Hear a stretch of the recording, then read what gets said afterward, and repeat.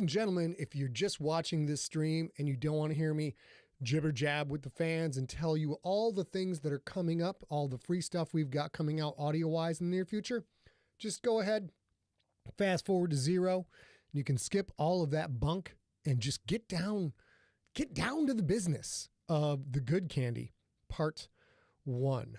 Oh boy, stream key. Yep, I forgot to do that shit right there. In fact, we're going to have to wait another week for that Instagram.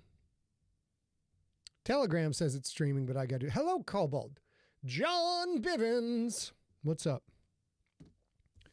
What's up, everybody? It has been a freaking bonkers week. Got an enormous amount done. And A's in the chat room somewhere, I should think. She here. She ain't up here just yet, though.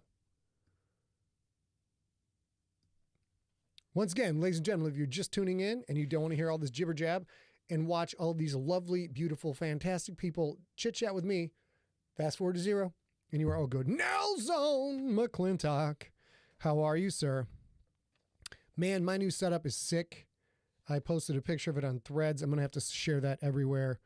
Got things really, really well dialed in here. It's kind of, it's a vertical now. Before it was all horizontal. Now it's almost all vertical, and it is sexy. It is so sexy. Sean's in the house, representing on the Twitch. Very nice, very nice. Okay, a couple more minutes. We've got 9 minutes to go here. It's 6 o'clock hour. We're going to start talking about everything that's coming up. Woogie, YouTube? No YouTube, bud? We are streaming to YouTube. We have 4 people on YouTube right now, as a matter of fact. So we're there. Anybody in Cobalt's on YouTube, for crying out loud. Woogie, hello, how are you? Michael Moore, who is literally within spitting distance, ladies and gentlemen. He got a vacation rental or not a vacation rental, a rental here that happens to be like right out our back door. He got to come over and watch some football. It was great. Chris Grawl is in the house. His book is right up here. Right up on the reference. James Moore, what up? Brittany, how are you? Terry Davis, brother, how are things going on for you? Goodness. Look at all these delightful MFers. Kim Hansen in the house. All right, ladies and gentlemen, here we go. Tonight, of course, is a live read. It is The Good Candy, Part 1. We've got a couple minutes. Let's go to the chat window. Yeah, this is The Good Candy, Part 1. We're also going to have a video trailer for a special upcoming release by the Leviathan Chronicles and our good pal Christoph Laputka. So we've got something very cool to share that I don't know that everybody else has seen, but he's letting us show it first. We'll do that right after the story.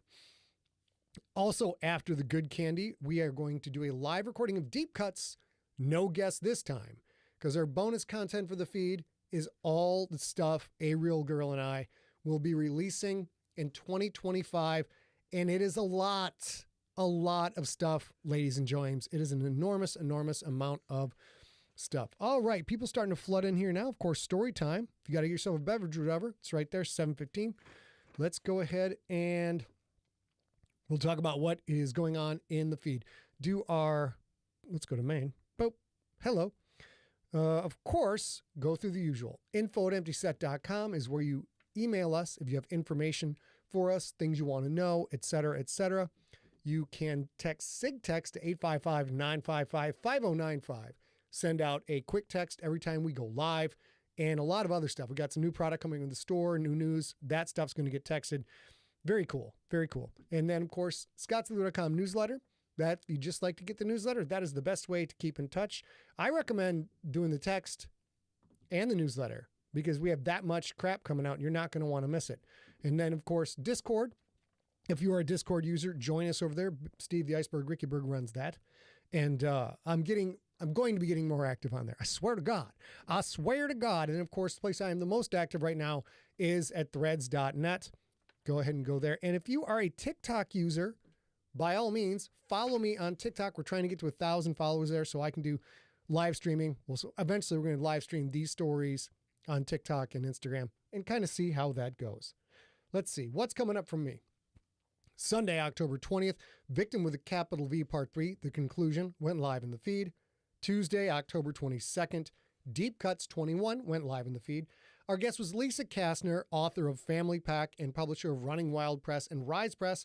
Talked to her about how she balances being an author and a publisher, and finding new voices written by people of color and historically excluded groups. That went live in the feed. Sunday, October 27th. Tonight's episode goes live in the feed. Wednesday, October 30th. Live, we will have the Good Candy Part 2, which should be the conclusion of the Good Candy. That is All Hallows Eve, ladies and gents. Yeah, that's right. That's All Hallows Eve, right? No. I forget, is All Hallows Eve Halloween Day, or is All Hallows Eve the day before Halloween? I'm not even sure how that works. Anyways, Wednesday, October 3rd, we are going to have the Good Candy Part 2 and a very horror-themed and writer-themed and creator-themed event. We're going to have the president of the Horror Writers Association zooming in to join us. And we're going to talk about what does a Writers Association or Creators Association actually do for its members and its constituents. So we're going to have all that information. And then, of course, ladies and germs, lest we not forget, coming up November 2nd, first Saturday every month, Steve the Iceberg Ricky Berg with his Junkies Party will be hanging out for 7 hours. People from all over the world pop in, see what's going on, say hey, see what things are going like there. But you know what? This graphic actually looks a little bit better when I'm over here and ARealGirl's over there. So I'll wedge my noggin right in there. Get it right in there. Yeah. Okay, and that is it for our housekeeping. Let's take a quick look, ladies and joyms, at how's our book review count doing. Listen, ladies and gents, if you have, I'm trying to get my mouse to work here. If you have consumed Slay on Audible, please go leave a review. We need to get some more reviews for that. We're only up to 62 on that. We would like to get that number higher. If you haven't heard it on Kindle, grab it. It's only a credit. It's no big deal. You can grab it and then you can review it. Earthcore, the juggernaut, continues to go strong. 12,584 ratings. Rating my stuff on Audible, Amazon, Kindle, etc. That all feeds into the algorithm, and then more people get to see my name, get to try out my stuff, which is why Earthcore continues to roll for us, because more people try it out. And Mount Fitzroy ain't doing half bad either. That is up to 4,439 reviews over on Audible. But again, that is one of the best things you can do to support this cast, other than, buying the stuff when it comes out and spreading the word, is make sure you leave reviews for us. It's like gold. It's like a reward. It's like candy. That's what it is. It is like candy to us. Plus, Slay numbers, those are rookie numbers. We got to pump those numbers up, you guys. We got to pump it up. All right, 2 minutes and 35 seconds until story time. Once again, people just clicking through, all you got to do is click forward to 0 and you will be good to go. I do wish I had taken a picture of my new setup. It's so fancy, you guys. It's so fancy. Tyler Miller says we need some Earthcore shirts. ARealGirl herself is working on some new merch. I'm going to go ahead and say it. We got a Kraken's ball cap coming out pretty soon. It's pretty cool. We got one, market tested it. It looks smoking, but we don't have that up yet. Michael Moore says, according to CNN, the word Halloween is derived from All Hallows Eve, which falls on October 31st. So All Hallows Eve, we're going to have the president of the Horror Writers Association on, chit-chatting with us. It is going to be good time. It's going to be a good time. Even Christine is going to have a good time with it. Ian, how are you? Oh, yeah, we got merch. Earthcore merch. What? Okay, we got a minute left. What kind of merch should we have for Earthcore? Like a company tee or company? Nobody's going to wear a friggin' company polo. That would be, I don't like wearing company polos at all.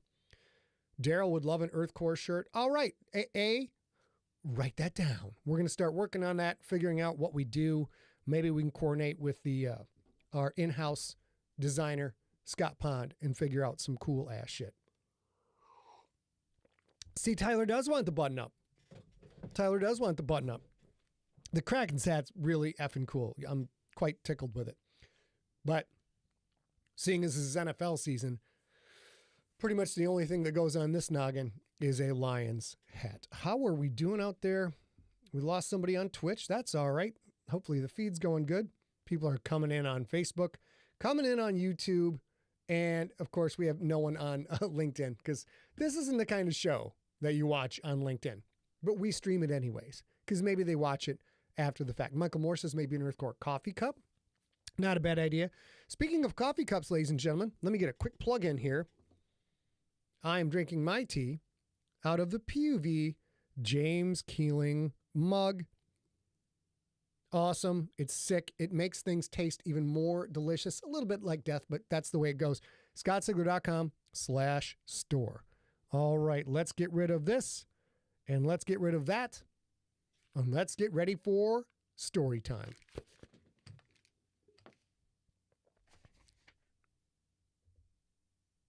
Check, check.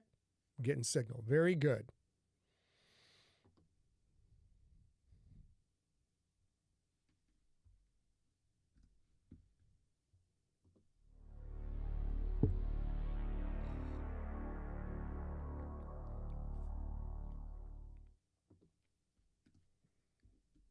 The Good Candy by Scott Sigler.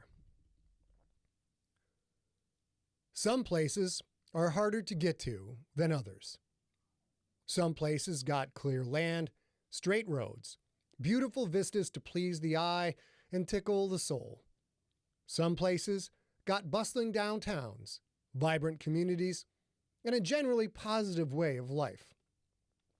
Parrish, Michigan, it ain't one of those places. What do we have?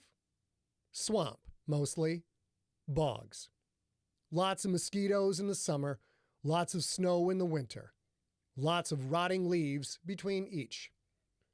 We got the woods, of course, although only the fudgies call it that. What do us locals call it, you might ask?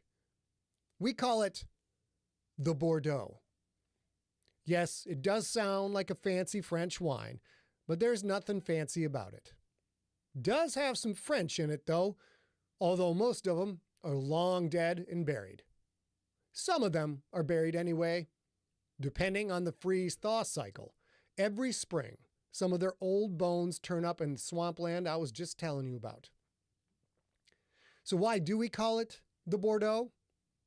Well, that's a story for another time. A place like Parrish, we got to ease you into it. Like the Welcome to Parrish, Michigan billboard at the edge of town says, things are different here. Who am I, you may be asking? Can't lie, that is a question I ask myself often. Pretty rare I have an answer that ain't upsetting in one degree or another.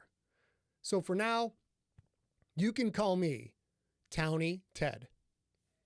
Real names don't matter, do they? I mean, your parents probably gave you your name and didn't even have the courtesy to ask if you liked it first. Now, you're stuck with it. Consider me your guide to Parrish. I know the place well. I should. I've been here a long, long time. Now, sometimes people get confused about the word Parrish. It being the name of the town and all, some folks think it's P-A-R-E. Oh shit, I know how to spell Parrish. Oh, sorry. Some folks think it's P-A-R-I-S-H, like counties in Louisiana.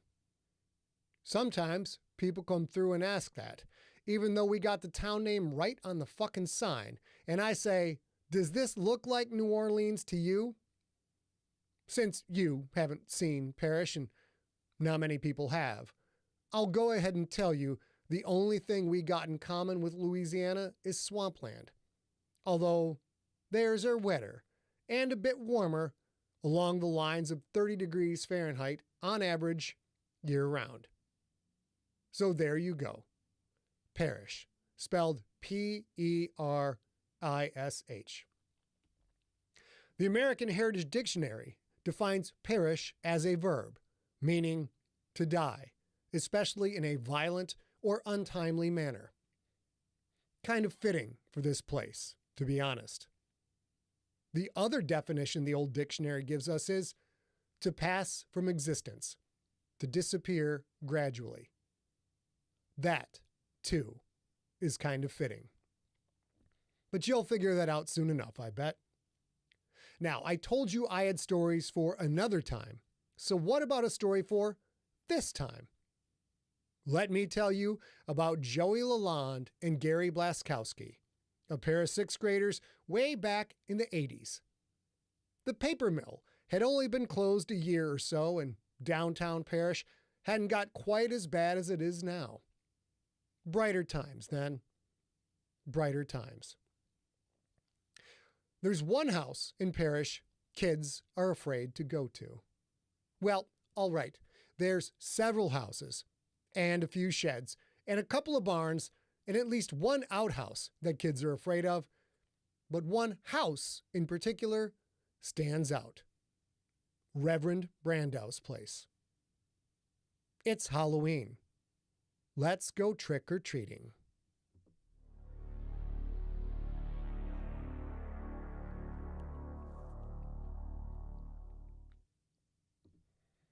That skeleton looks totally stupid, Joey said quietly. How many paper towel rolls did they have to save to make that thing? Gary thought the skeleton was kind of cool. A lot of work had gone into it, clearly. Paper towel rolls, spray painted white, enough to make a full skeleton sitting on a porch lawn chair. Enough to make a full skeleton sitting on a lawn chair on the porch. Yeah, he said, just as quietly. Really stupid. Knock already. Behind his red and black plastic mask, Joey rolled his eyes. You can knock too, you big wuss. Why do I always have to knock? Joey had to knock because Joey wasn't scared of anything. Gary was. His brother had filled him with so many scary stories, he didn't know what was real and what was a tall tale. Just knock, he said. Joey did, his cheap, saran-wrap thin red plastic poncho rattling as he did. The door opened. Mr. and Mrs. Jewell stood there, smiling. She held a big clear glass bowl filled with candy. Mr. Jewell jumped back, a hand on his chest. Holy cats, you boys frightened me. Mr. Jewell owned the furniture store on Main Street. Gary's mom said he was a smiling idiot. Well, look at you pair, Mrs. Jewell said. Hi, Joey. Spider-Man, huh? Hi, Mrs. Jewell. Joey pinched the bottom of his plastic poncho, pulled it a little tighter to show the image of Spider-Man on the chest, swinging in on a web, complete with the words, The Amazing Spider-Man, written above. Everyone thinks I'm really Spider-Man. It's red. Gary snorted back a laugh. Well, I believe it. A beaming Mrs. Johnson looked at Gary. And who are you, dear? Gary Blaskowski, Gary said. My mom is Cindy. Mrs. Johnson's smile faded slightly. Oh, okay. Sometimes people had that reaction about Gary's mom. He didn't know why. He didn't like the people who had that reaction. He didn't like Mrs. Jewell. She forced her smile back into place. And what are you dressed up as, dear? Oh, come on, Sarah, Mr. Johnson said. He's a football. At least someone got it. Gary's mom had forgotten to buy a costume. That's what she had said. Gary knew that was a tall tale. They didn't have enough money for a costume. Mom had taken a brown plastic garbage bag, poked a hole for his head, then used masking tape that was already peeling off in curls at the ends, to make white football laces.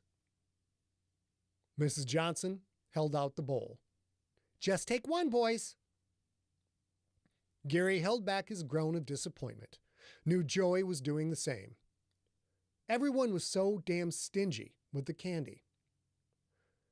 Joey took a mini Almond Joy, dropped it into his brown paper Myers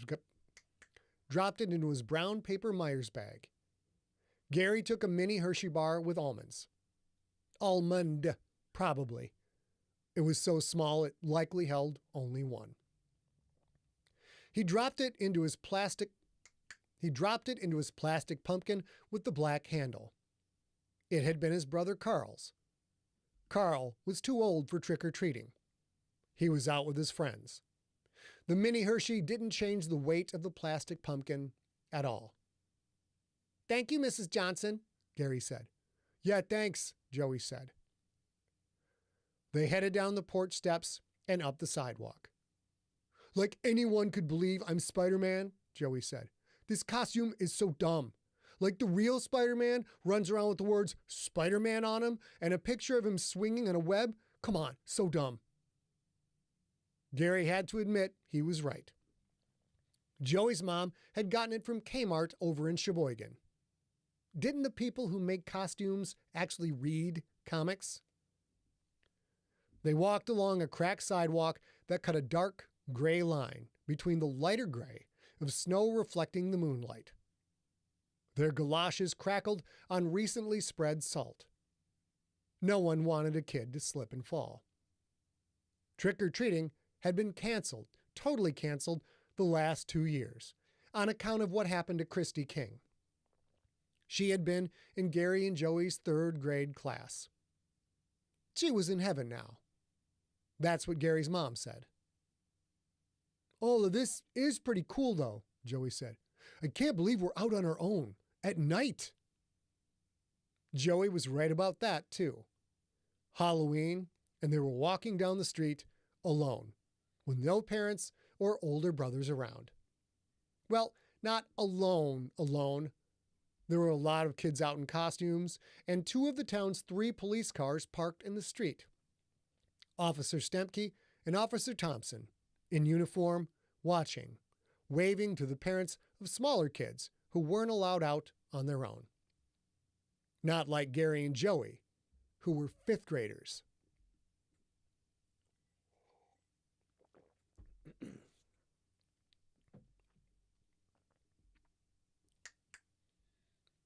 "I wish there were more houses giving candy, though," Joey said. "We can only do Carpenter Street." "Yeah, but both sides," Gary said. "That's like 30 houses or something." Carpenter was 1 street off from Main. Main had 5 blocks of businesses, with houses after that mostly, along with a few scattered shops here and there, both ways out of town, where the lots got bigger and buildings were fewer and farther between. A lot of Main Street businesses had closed in the past year. Not that Gary saw downtown all that much. He and Joey both lived out in the sticks. They went to East Elementary, while the kids who lived closer to town went to West.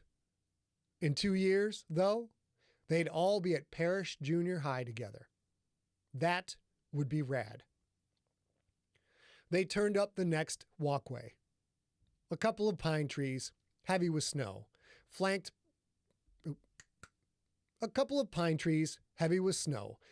crumbly concrete cracked by tree roots.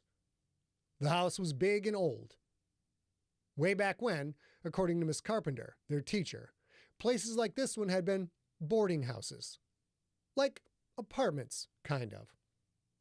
That was during the logging days, though, when there had been a sawmill and a tannery, in addition to the paper mill. Miss Carpenter loved to talk about Parish's history. Gary could listen to her talk all day. Some boys didn't like school. Gary had Miss Carpenter for a teacher, so he liked school very much. They strode up the porch's wide, creaky stairs. Joey knocked. It was Grandma Pershing's house. Gary's mom cleaned here sometimes. Grandma Pershing didn't know what a Spider-Man was. Gary had to explain that he was a football, not a, quote, Great Depression bum like those filthy Italians, end quote. Grandma Pershing wasn't very nice. She gave them hard candy. Homemade, looked like. Wrapped in wax paper. Total crap. Gary and Joey headed back to the sidewalk, passed by the Burr sisters on their way to Grandma Pershing's. Jody Burr was dressed like a scarecrow, straw sticking out of her flannel shirt and everything. Jenny Burr was dressed like baby Miss Piggy, with a pink bow in her blonde hair and even a pig nose held on by a bit of white elastic. It looked kind of real. Their mom didn't create costumes out of trash bags. As Gary and Joey turned up the sidewalk, making room for a dad pushing a stroller followed by 2 third graders dressed like cowboys, Joey looked into his Myers bag and shook his head. "I thought we'd get more candy," he said. "You think your brother's out doing some cool shit?" Joey liked to say words like shit and damn when no one was around. He had even tried out the ultimate swear, the F word, a couple of times. But when he did, he kind of looked around to see if anyone had heard him. The last thing any boy wanted was Joey's dad hearing them curse. "No," Gary said. "He's too smart for that Sam Haines stuff." At least, Gary hoped Carl was too smart for it. That stuff really was scary. It made Gary afraid to go to sleep at night. The only way he could sleep then was when Roscoe P. Coltrane, his big black lab, slept on his bed with him. Then, almost as one, Gary and Joey stopped in their tracks.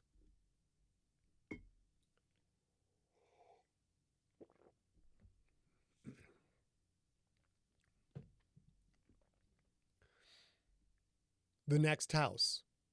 It was painted black.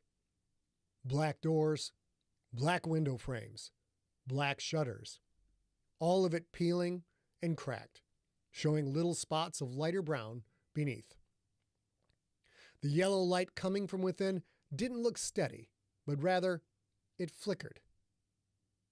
"Reverend Brando's house," Gary said. "Let's skip that one." The other kids in the sidewalk were doing just that, walking out into the street to avoid even the sidewalk in front of the house. "Fuck that," Joey said, then quickly looked around to see if anyone had heard him. No one had. "Gary, read the sign." Gary did.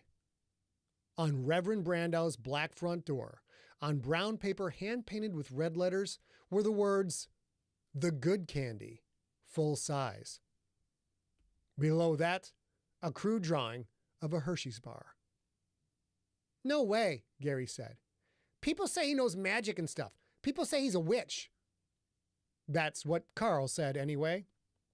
"Warlock," Joey said. "Guy witches are warlocks." "Okay, warlock. I'm still not going near that place." 2 more kids, 6th graders Mark and Dave Borowitz, by the looks of how they filled out their homemade Ghostbusters costumes, stepped off the curb to round their way around Reverend Brandau's property.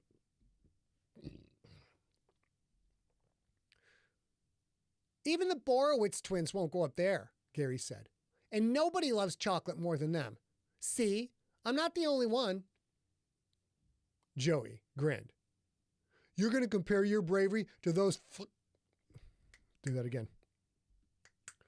"You're going to compare your bravery to those fat asses? Come on, man. Full-size candy bars. And no one is going up there. The Reverend might give us 2. He's not a witch." "Warlock," Gary said. "Right," Joey said. "He's not a warlock. He's just an old guy. Come on, please." Gary's plastic pumpkin did feel awfully light. They still had a half hour or so until his mom drove back to pick them up. She was at the edge of town, cleaning Mr. Woodruff's house. Kinda sucks she had to work on Halloween. She was always working. At the step-up diner, at the glass shop, or cleaning for rich people. All that work, and they couldn't afford a stupid Hershey's bar every now and then. The Good Candy, full size. "Okay," Gary said. "Let's go."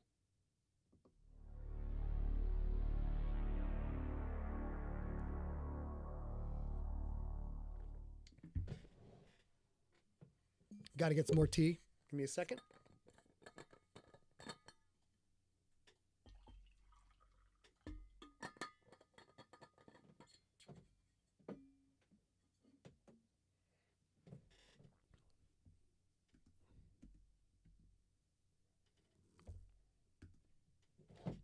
Okay, we're rolling. Here we go.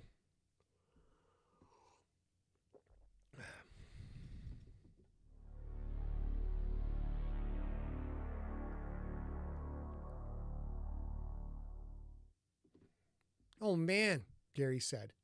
The light in his windows. Is that from candles? Gary and Joey stood halfway up the walkway to Reverend Brando's house. Clouds had covered the moon.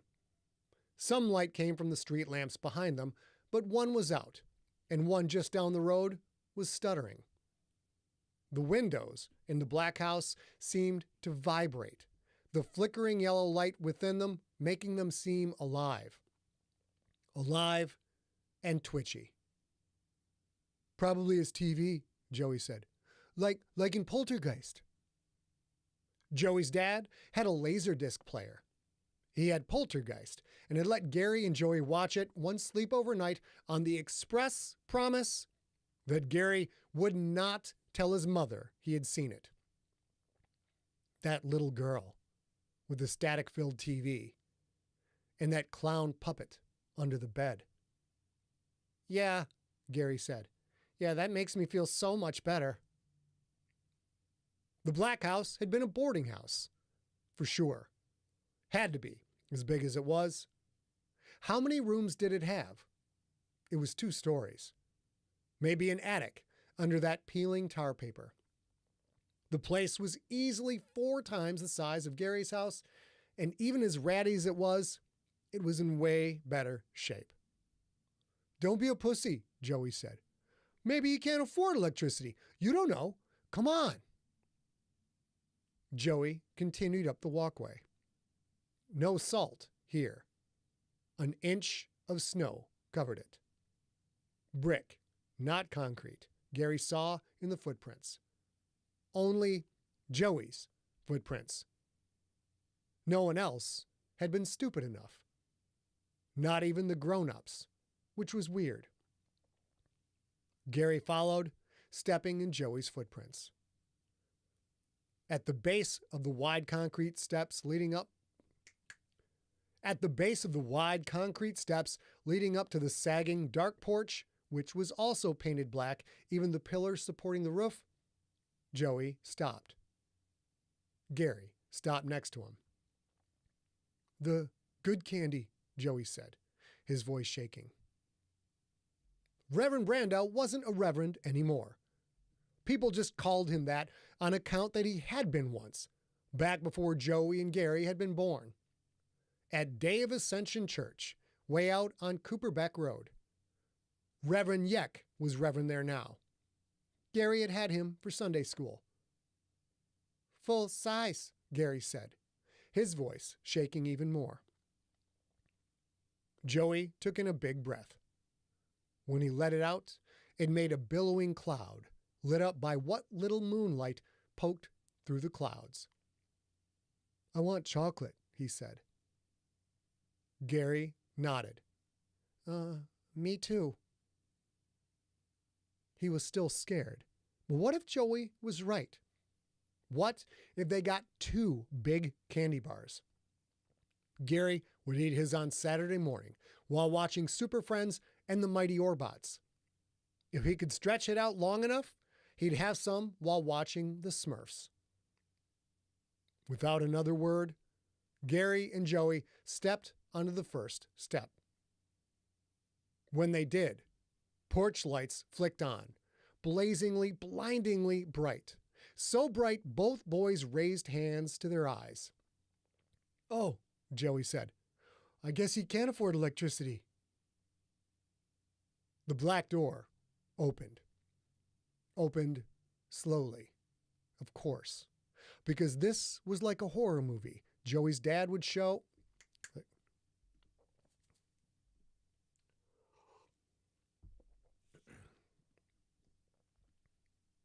The black door opened. Opened slowly, of course, because this was like a horror movie Joey's dad would show, as long as Gary didn't tell his mom, and as long as Joey didn't get scared and say the F word, because Joey's dad would make Joey go out back and cut a switch. Both boys had one foot on the snow-covered brick, one on the old worn wood of the porch step. They probably both thought of turning and running. They were both probably too scared to move a muscle. Flickering yellow light in the opening door, but a slow flicker, a soft flicker, not like the hard street lamp down the road, which sputtered like the last irregular drips of a sub-zero winter pea into a snowbank. Movement in that soft yellow light. Something coming. Something hunched like it carried a dark spiral shell on its back. Gary thought of one of the films Mr. Garpus, his fourth grade teacher, had shown for science hour. An old snail shell, and in it, bristly, hard-shelled arms peeking out. A hermit crab, hidden at first until it unfolded into a many-armed nightmare. A man stepped into the doorway. A man stepped into the doorway. A man wrapped in a black blanket. The harsh porch lights casting shadows on his face that made his skeletal, gaunt wrinkles look like they were drawn in with black magic marker. "Hello, boys," Reverend Brando said. "Would you like some candy?"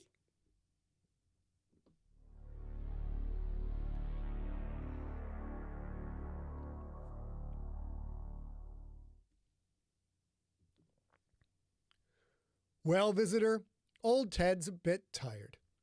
I need to take a break. Get me some sleep. I'll have to finish up this story for you in the next episode. It's not that Joey and Gary are bad boys, and it's not that they're good boys. Either way, though, they didn't really deserve what happened to them next. Come on back to Parrish, Michigan. And remember, things are different here."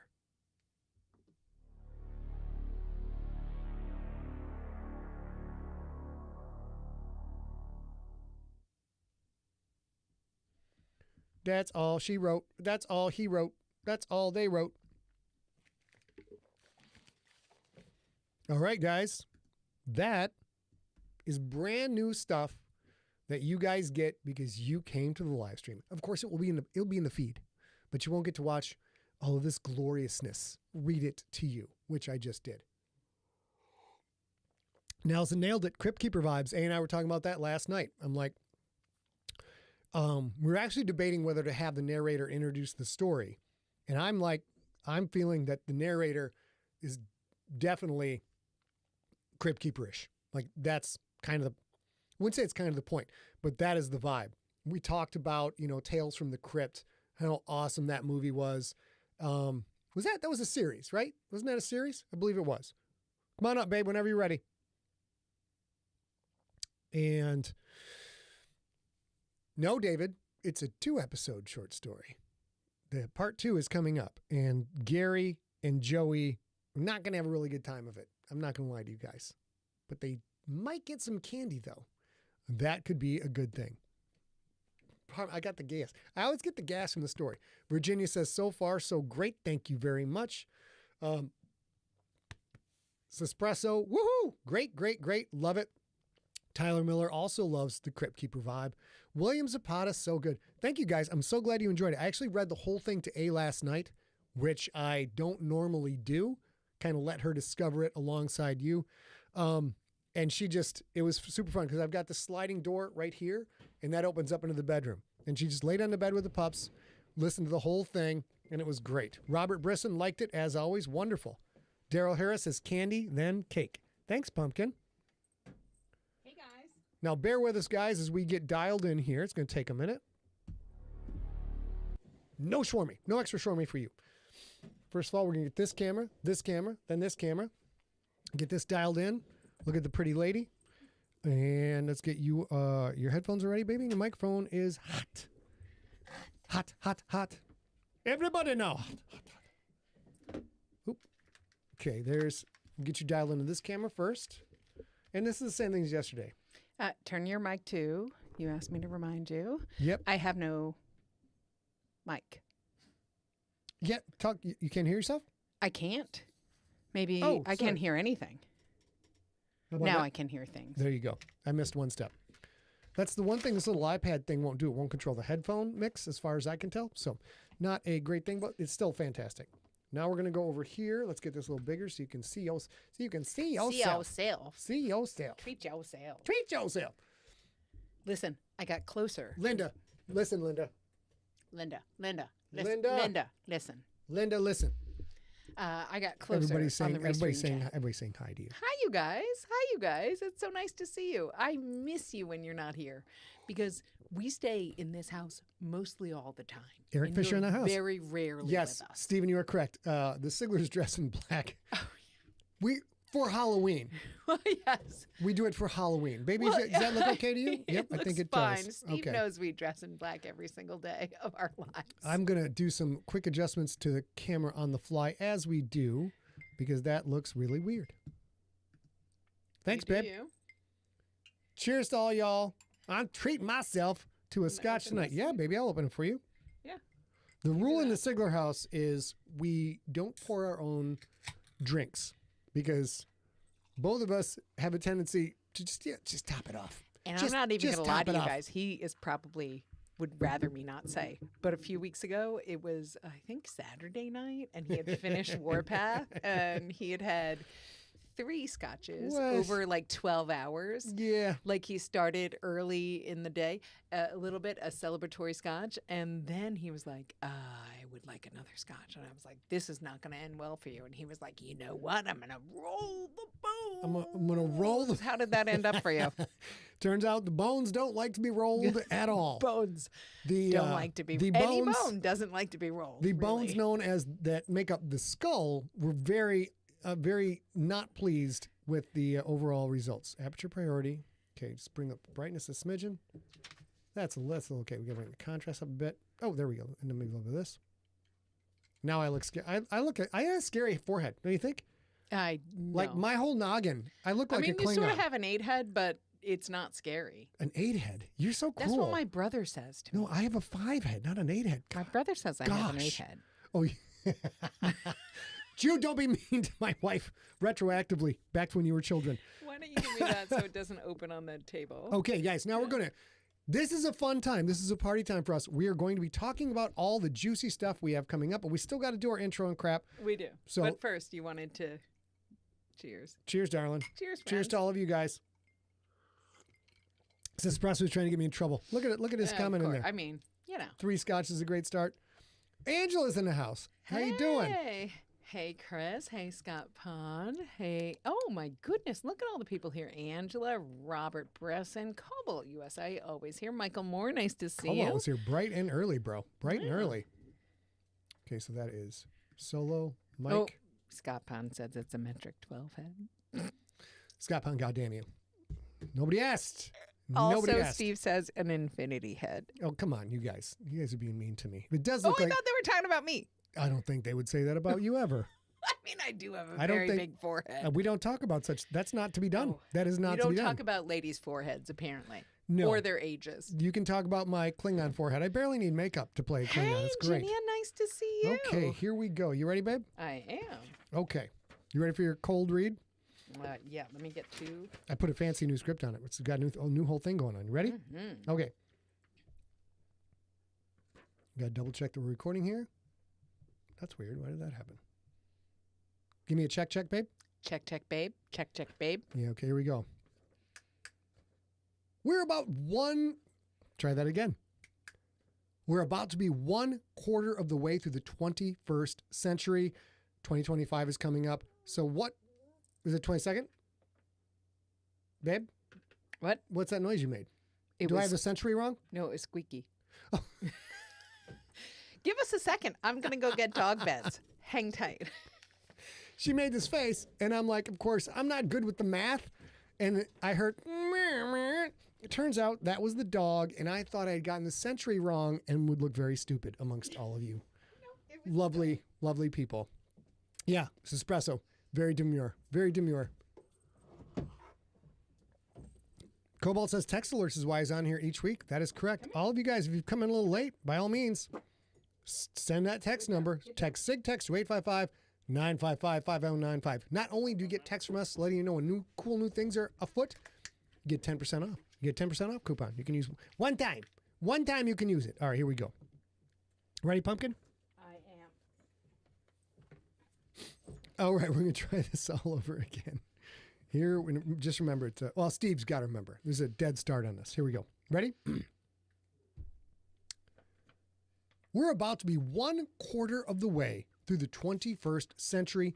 2025 is coming up. So what new books by me are coming out? Oh, I've got a list. Crypt Book 2, GFL Book 7, Slay Book 2, something called Warpath, short stories, Sparkle Horse, the sequel, a short fiction collection. It's mind-numbing. We will pummel you with storytelling lefts and rights right after this. We'll just hit that stormy sound. Steve knows where to put it. Bet that a little bit. Okay, and... Okay, are you ready? Yes. Okay, here we go. Sorry. Let's rock. Hello, junkies. Welcome to Deep Cuts, the bonus episode of the Scott Sigler Slices Fiction Podcast, where a sci-fi author and an audiobook narrator discuss things and stuff in the world of writing and content creation. I am Scott Sigler, sci-fi horror author known far and wide as the future dark overlord. And as always, I am A.B. Sigler, audiobook narrator, and on this Deep Cuts, we are talking about the massive amount of new fiction we are putting out in 2025. Get the inside scoop right here, right now. A reminder, this is a bonus episode for the Scott Sigler Slices feed, not part of any particular tale. Listen if you like. We would love to have you, but there's nothing in this episode you need to keep track of the stories. Let's rock, baby. Let's go. Yeah, let's rock. So I'm going to put my dog down, but a lot of you want proof of life, so Squeaky. She had a visit to the vet because she tore her dewclap, but she's fine. Steve, you can just cut all the squeaky stuff because people in their ears can't see the dog. Obviously. It's the way it goes. It's the way it goes. We have a whole bunch going on.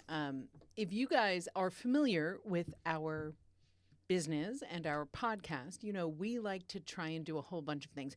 You just saw tonight, there is brand new fiction you didn't expect for Halloween.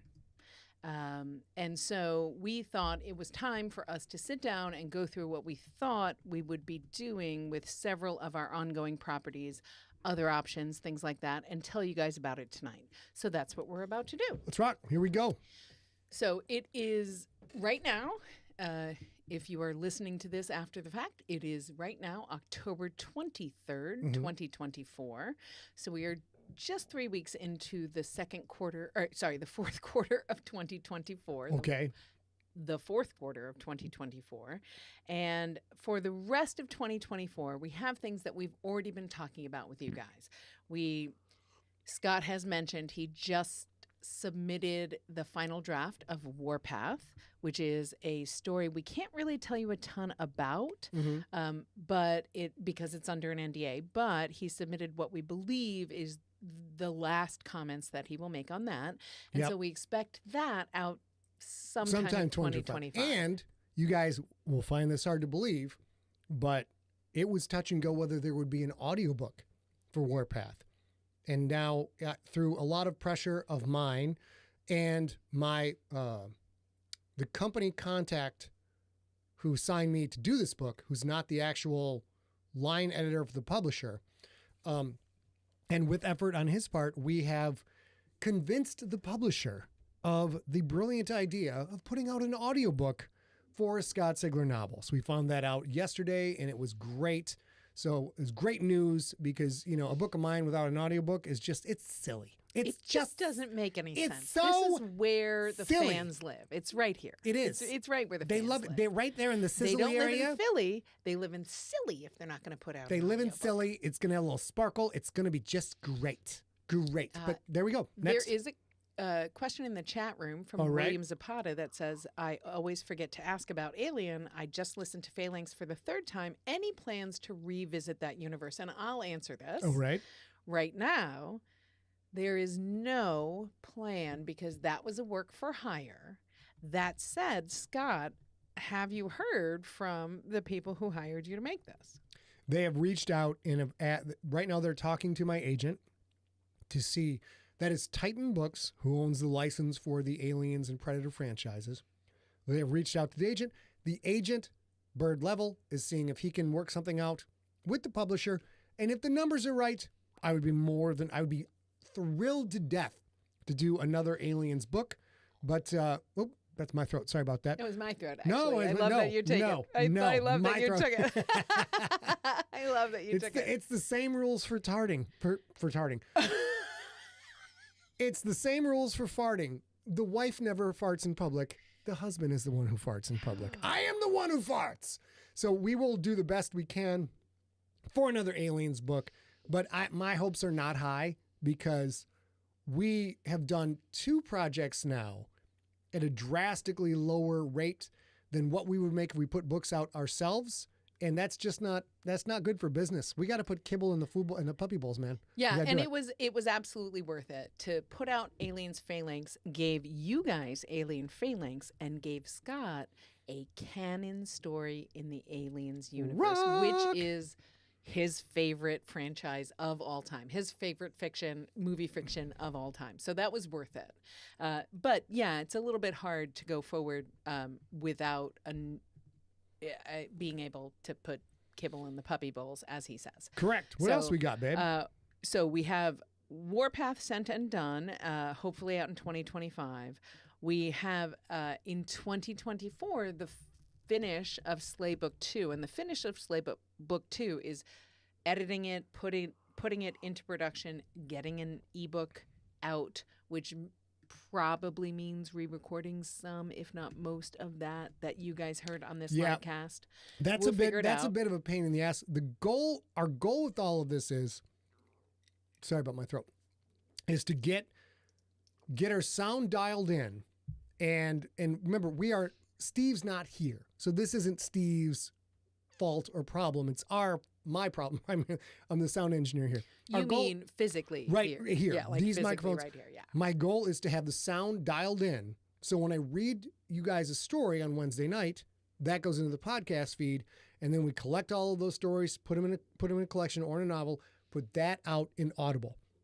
And as far as business plans go, magnificent, wonderful business plan, multi-tiered, multifaceted, solves a lot of problems. The kicker is, so far I haven't got the sound dialed in, and the sound changes from episode to episode. So we probably have to re-record all of Slay 2, just like we had to re-record all of Slay 1. So we'll see how that goes. Yeah. A couple of questions from the chat rooms. One from Cobalt USA on YouTube. He asked, that sounds like a check on the bucket list.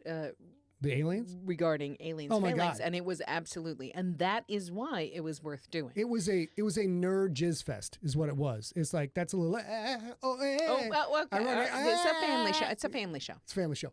It was. It's one of the best things I've ever got to do ever in my writing career. I love it. It's rated drastically high. It is like the highest rated Aliens tie-in novel that Titan has, which is the best-selling tie-in best-selling, novel. Yep. which is why they've reached out. And it's because, that wasn't a paycheck, dude. It was a lot less than a paycheck. That wasn't a paycheck. That was just absolute deep love for the source material. I just love Cameron's Aliens. It has been an influence on me since Dr. Danny Baker, PhD, and I saw it at the Kingston Theater in Sheboygan, Michigan. You guys have seen it in all of his fiction, all of his military fiction. Those relationships that he learned about in Aliens, an alien, exist in all of his fiction. So it was worth doing one canon thing for that reason.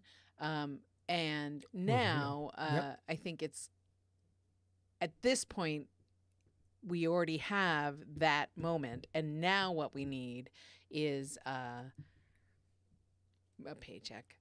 In addition to the bucket list thing. You know what? You know what? Love for Well, franchise. we all have this problem, right? We all got to get paid. We all got to pay bills. Love for franchise does not put locks in the bagels, ladies and gentlemen. It does doesn't. not. It doesn't. Another question from the chat room is, what franchises would Scott like to write for? I'm done, bro. I am completely done. There's only one franchise left. There's only one thing that I want to do because I want to do it. Do. And that is, I want Don't to tell write. mom the babysitter's dead. The dishes are done, man. I desperately want to write the prequel to The Last Dragon, where Shogun, the Shogun of Harlem, is the main character. I've wanted to write Shonuff for forever and ever since I saw that movie. It is, I forget the actor's name now. My memory's spotty. It is one of the single greatest campy villain performances I have ever seen in my life. Also, I will never see enough the movie theater scene where people are just watching a movie and Shonuff and his henchmen walk into a movie theater and start talking shit and ruining the movie, and everyone comes out to fight, and Shonuff just whoops all of their dumb asses. His name is Shonuff. You don't get out of your theater seat to fight a man named Shonuff who interrupted the movie. You sit quietly, and you have your milk duds and your jujubes, and you wait for the altercation to pass by, and then you continue on with your movie. You don't get up and fight Shonuff. So that's the one I want. That's my one thing. So somebody asked, was Warpath the second of the quote under normal rate contracted books? And Warpath was not a normal contract, and it is the last of those contracts that we will probably sign because we have a tiny, mostly well-oiled machine, but it needs to remain well-oiled if we are going to continue with our tiny machine of our two-person business. And so in 2025, we're leaning back into that. So I'm going to talk a little bit about that. I mentioned Warpath sent and done in 2024, out in 2025. Okay. Slaybook 2 editing in 2024, editing and likely recording either late 2024 or early 2025. Mm-hmm. Then 2 items every day on his docket are going to be Crypt Book 3, which he's about to start, and Slaybook 3, which is probably starting in December. I forget the exact date, but I think it's sometime in December, where you guys will be hearing the third, episodes in the third iteration of Slay. And I almost did that. It was almost a perfect transition. In the chat room, Kim Hansen says, "Pitch Black?" ? Would I like to write Pitch Black? I loved Pitch Black a ton. I mean, it made Vin Diesel the star that he is, and it's so fun, but there's an actual biological life cycle in it. So that is another one I admit I would like to write because they had some random bullshit, and I'm sure there's a director's cut of Pitch Black somewhere where the entire life cycle is mapped out, but I mapped it out when I watched that movie. And I guess, also I would like to try a sequel to Mimic 3. I'd like to try Mimic 3. I'd like to And write that. we Yeah. love Vin Diesel as a creator because, of course, Pitch Black is his idea, germinated idea, and he got that to fruition and became famous by having insisted on that. And you talk about, in our business, we try to cater to you guys an enormous amount. We're trying what would the junkies like?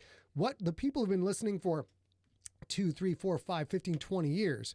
What would they like to hear? That's kind of why we did the Good Candy and started that, because I think I understand what you guys want. Vin Diesel as a creator completely understands what his audience wants to see, which is why the Fast and the Furious is so fucking ridiculous and why it's a multi-billion-dollar franchise. He just totally gets what people want to see. But Nico Devious on Switch, you're totally right. Or sorry, Twitch, you're totally right. It's absolutely, Pitch Black is so rewatchable. This is why people love Earthcore. This is why people love the GFL. Like being able to get back into that and find new layers and find new things that you didn't see the first time and enjoy watching it for 5 minutes or 5 hours in a row over and over again, those things work. And we absolutely want to continue to bring that to you guys. Okay, I'm sorry. There was one more. I forgot. And Tyler Miller reminded me of it. He says, hear me out. Save the Jurassic Park franchise and write us a dope new movie. To which I wrote back, afraid bringing back the dead is beyond my powers. Which, of course, is Old Witch Haggis from Pumpkinhead. One of my absolutely fucking favorite horror movies of all time. Now, Pumpkinhead 2 was terrible, and Pumpkinhead 3 Blood Wings was not all of that great. But if I got to write a Pumpkinhead script, I would be on that like a bum on a bologna sandwich. All right, let's keep going. Yep. I said it. I said what I said. Listen, God Chris damn Grawl. it, Chris Grawl. No, Watership Down. I would like to write a Watership. No, you do not want to write it. I do did. Not. I did a term paper on Watership Down is because Ricky it's so Tikki fucking Tavi awesome. next? No, thank you. Ricky Tikki Tavi was a bad No. motherfucker. Let's be There face is it. no crossover. You Shut stare your face. down a Shut your cobra. face. You, It's a you- mongoose. No, who did he fight? A cobra. You stared down a But, cobra. You looked at. I am not a You mongoose. looked at Cobra in his little beady eyes, and you just like, Rick, tick, tick, tick. Like, dude, Ricky Tikki Tavi was a You know, my beast. brother, who is in A the chat room beast. on Facebook, used to crawl on his belly next to my bed and go, Ricky Tikki Tavi. That's scary. I'm already scared. Ricky Tikki Tavi. And I would Your get brother- super big man. Super big man. Your brother should write some horror shit. Yes, Eric Fisher. Pumpkinhead was dope. It is Lance Henriksen, and it is, oh God, I'm drawing a blank. Who did the special effects for it, babe? And not Stan Winston. Yes. It's Stan Winston's second greatest film of all time. The first, of course, is Aliens. I got a Pumpkinhead in this bitch somewhere. I love Pumpkinhead. And we're getting distracted. We're trying to tell you about what I'm actually going to do, and you guys are trying to give me new projects that are going to take me away from the shit you've been asking for 5 fucking years. And not only that, it's also NFL season in the United States. So every Sunday, as Michael Moore in the chat room on YouTube can attest, every Sunday is Scott in front of the TV doing email and not fiction work while he works on what he's going to give to you the next week. So we have to move on. So like I said, we have Slaybook 2 edit and hopefully recording. We have Crypt Book 3 starting. We have Slaybook 3 starting. And then for me, I know you guys won't hear this until 2025, but starting in December, I am going to start re-recording Alive and a Light. Steve Riggeberg, who is in the chat room on Facebook, and I are going to start re-recording Alive and a Light so that the Generations Trilogy audiobooks match. Which those are complaints about people. They're complaints from some of you, but quite a lot of people who are not related to the Siglerverse. They just find Scott's books out in the big wide world, and they get kind of distracted by the fact that the audio narrator does not match and the pronunciations don't match. So we're going to fix that. In the chat room, Robert Brisson says, would love you to do a Freddy movie. Look, man, I understand a man's got to have his limitations. The first 3 Freddy Krueger movies, Nightmare on Elm Street, with Robert Englund as the fucking star, it cannot be improved upon. It is such a trio. It's a masterpiece.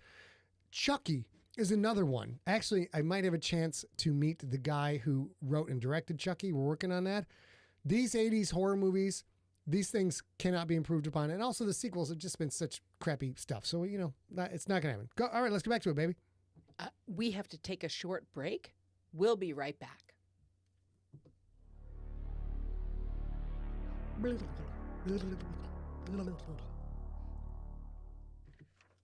And ready?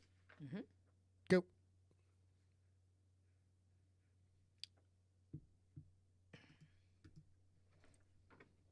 What am I looking at? Oh shit, that's me. Sorry, Steve. Welcome back to Deep Cuts, where we talk about all things in the world of fiction writing and audiobook narration. As tonight we are talking about all the new books and stories Scott is releasing in 2025. Oh, we got a great question from the chat room. William Zapata says, will the new audio need to be purchased on Audible for the Generation series, or will it just update? So we come back from the commercial break, and A is going to re-record books 1 and 2, Alive and Light, in the Generations trilogy.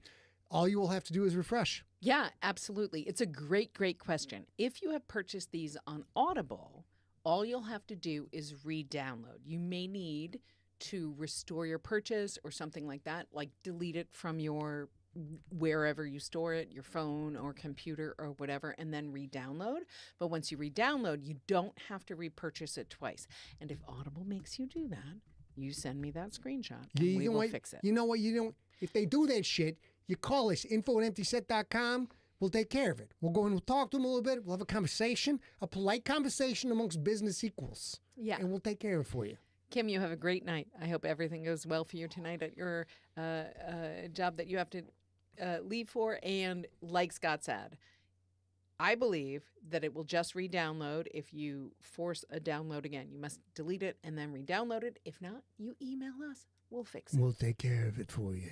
We'll take care of it. So also moving into 2025, we've got a handful of things going on. It's a little bit far afield from lockdown and pandemic in 2020 and 2021. Okay. So we do have Death is Black ebook and audiobook coming out. These are the stories you're currently listening to.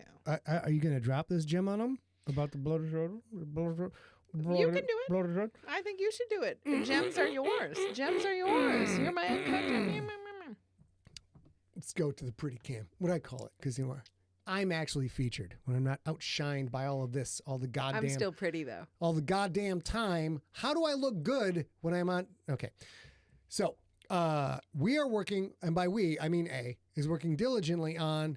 Finally, the print edition of Blood is Red has come back to La Jolla. We're working on the print edition of Blood is Red, Bones are White, Fire is Orange, and Death is Black. Death is Black is the 4th edition of the Color Collection series, collections of my short fiction. We will have that out for sure as an ebook and as an audiobook in 2025. We are working on the print stuff right now. We're starting out with, because this is print on demand, which A is going to get to again in a second. And the quality of print on demand has gone through the roof. It is indiscernible from stuff you'd find in a bookstore, which is why we're finally getting on board with it. We're going to start with paperback, and eventually we're going to move into hardcovers, print on demand, or partner with a couple of companies that do really great special editions, tricked out shit that looks like Exhibit got into the book publishing business. It is pimped out. So we're talking to people about that. There's a lot of options coming. So just in case you want your bookshelf completely stankified, we've got you covered. So I'm going to talk more about this. We have been saying to you guys, once we have the collection, the color collection, Blood is Red, Bones are White, Death is Black, Rot is Green, all of that out, we might put out an omnibus edition. But we started putting out those color collection books before there was the ability to print on demand. Mm-hmm. So now what we will almost assuredly do, and all y'all, even if you don't like the color collection, should listen close to this, because this actually affects all of our books, our physical books moving forward. Mm-hmm. Now we have the ability to put print-on-demand editions out of the color collection as we publish them. And so what our hope is when we publish Death is Black in ebook, audiobook, and print, we also provide Blood is Red, Fire is Orange as print-on-demand books if you want the whole collection. Those will be paperback. They will be paperback. And then when we finish that collection, we will do an omnibus hardcover edition, maybe or maybe not, with a slipcase, depending. If we can do that when the time comes for hardcovers. And we are moving forward with lots of our print publishing just like this. So you will soon see a Slay Book 1 paperback, a Gangster paperback. I'm not saying if it's 2024 or 2025 because it's kind of on the cusp there, but it's in the next 4 months. And we'll see both of those available to you. And then as we move forward, if there are books you would like to see in hardcover that don't exist in hardcover, like Earthcore or Fitzroy, we'll figure out what the best thing to do for that is. Is that like you said, a special edition? Yeah, we're not giving up on special editions. The signed, the numbered pre-sale stuff, I'm not going to lie to you guys. We broke everything. We broke every software platform there was. When we actually hired the people who did the Country Music Awards website, the Country Music Awards voting website, and it crashed in 5 minutes because of the overload of junkies who came into order, we were like, you know what? Fuck this shit. We're two people. We don't need. You know what? Oh my heart. You know what? I don't need this stress anymore. I've worked too hard in my life. I don't need this. It's terrible. I can't take it. So, but we are going to actually have the hardcovers are going to be coming out, and I think you have some more information about that possibly coming down the road tonight a little bit. What else do we have here? So we have also the Gangster. Oh, I just mentioned that the Gangster trade paperback will be out in 2025 for sure. Crypt Book 2 will be out in paperback. Crypt Book 1 and 2 by, I don't know, June of 2025. Both of these will already be out in paperback. And then GFL Book 7, we are guaranteeing for 2025. 100% guaranteeing for 2025. This is a conversation with y'all. 0, 2, 5. Several things afoot here. There is, as Steve Rickyberg in the Facebook chat room said, there is no Hell Week. It's not going to happen. There is no pre-order. No. We are admitting defeat at the foot of our betters. We are no longer doing that. You bitches broke us. You broke us, and we love you for it. You broke the camel's back. You sons of bitches. We are going to figure out a way to make sure that you can have personalization, and that will be specific for your GFL hardcover. That said, in 2025, we will have a GFL hardcover absolutely out, almost assuredly, no pre-order, no Hell Week, all print on demand. Well, pre-order is possible. No Hell Week, no sign numbered, all of that shit is gone. Yeah. We still have to figure out if our small business can do a hardcover pre-order with the Audible and ebook and Kindle and Amazon. We don't know the answer to that yet, but you will be able to buy a hardcover. We are going to leave no stone unturned to make sure it matches on your bookshelf. It matches on your bookshelf with all the other GFL books. It's going to be flawless. And almost assuredly, one of the ways that we will do that is you could order a special edition kit. I don't know what we'll call it. That includes a dust jacket. And if you're unfamiliar with the terminology for books, the dust jacket is the paper outside cover that you take off of a hardcover book. Those are not what you will get for GFL Book 7. What you will get is what's called a hardback edition, where what you see on the dust jacket normally... Like the Crypt. Like the Crypt. Okay. If you have a hardcover of the Crypt, what you would have seen on the dust jacket normally, and then the actual book would just be black bound, you will see the imprint of the dust, what we call the dust jacket. And what we're probably going to do is do a print on demand for GFL Book 7 and 8 and 9. And then we will sell a special edition kit where you get a dust jacket and potentially a individual autographed page or something that you put on the flyleaf, the first page when you open good up question. the cover. Question from Nick Ladd in the chat room. Can you answer that, maybe? Because I believe that is the case. He said, Nick Ladd says, I assume you will still work with Mysterious Galaxy for orders with signature and personalization. Yeah. Mysterious Galaxy are huge friends of ours. We will work with them on signatures and personalization of almost everything we do, including all trade paperback editions. For the GFL, I think we are just going to put something in our store that personalizes your copy.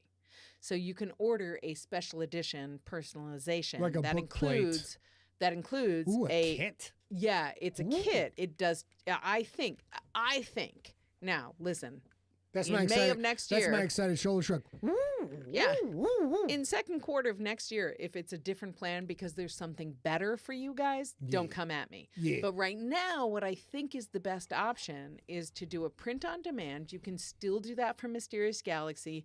And if you absolutely want Scott to write on ink on your fly page, which again is the I'll write first on page. your fly page. When you open up a book cover, that first page, Mysterious Galaxy will work with us to have him sign that fly page Correct. for you. And then you can order a special edition kit, which is the dust jacket for that. So you get the same thing that is on your hardback cover, but you get it in the same fashion you got books 1 through 6 with a dust jacket, a paper dust jacket. We're working on it. We're working on it, Yeah. and we're going to do everything we can. And we are not probably numbering anymore because we can't do that without you breaking our site. I'm going to go ahead and say the numbering is gone. It's just gone. It's beyond our ability. It creates so many wrinkles in what we do. And frankly, the competitive nature of the numbering, it's sort of been fun. People sort of get frustrated. We just want to deal with that shit anymore. We don't deal with that shit. And the bigger thing is in this weird post-pandemic world where we don't know what the supply chain looks like, sometimes we can't manage how long it will take you. It took us an extra 8 months to find somebody willing to print the gangster. Yes. Like it's too far afield right now for us. We're just two people. I will get in trouble for this after the show, but what I will say is we can't find people who can handle our length. We can't. He's not wrong. You know what? About the getting in trouble part. We're blessed. You know what? As Bernie Mac would say, we're blessed. There's nothing we can do. So we have to find ways to work around that. I'm already in trouble, aren't I? No, it's after the show. But he's not wrong. But we're working on it. What we want to give you is a special experience that we can actually give you, which we learned with the gangster in this new post-pandemic world is sometimes really difficult to do. And if you're outside the United States and Canada, it's wildly hard to do, to send things ex-US. And that's unfair too. So what we'd rather do is let you print it on your continent, get it on your continent, and let us give you something special by coming to ScottSigler.com. You know what? Then we'll put a little honey in your tea. Let's say. What's next, baby girl? All right. So I think we have talked about most of the things. We do have a couple of things. Okay. We have Combat Monsters. Coming out for Svarthund. That's my short story. Svarthund. Svarthund. And do you know when that's coming out? Yeah, that's February of 2025. And if you Google Combat Monster, search for Combat Monster on Amazon, that is for pre-order. Remember, I only have one story in Combat Monsters, but it's so fucking cool. It is Tales of World War II with monsters featuring in every one. So there will be German monsters, American monsters, I'm assuming Japanese monsters. I don't know what form a Japanese monster would take. Japanese people don't have monsters. Come on. Anyways, so that's going to be very fun. And I know I've got a couple other short stories that have already submitted and been accepted, and I've just totally forgotten about. But that's the situation right there. So, Scott Sigler, since you just started talking about short stories. Yes. Next week, are we moving on in our short story collection, Death is Black, or is there a part 2? Yeah, there as I said during the read, the Good Candy part 2 is, listen, I'm not going to lie to you guys. Sometimes as I get older and as the readership ages into parenthood, right?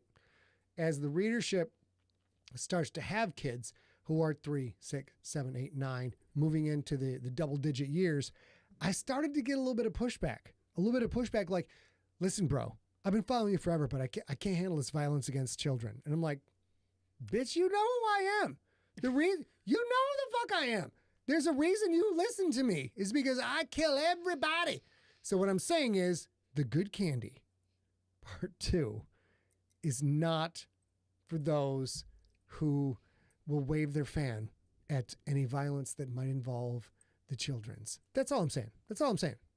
Which is me all day, every day. So we have talked to you about the things we are planning to do. We have engaged our dedicated contractors.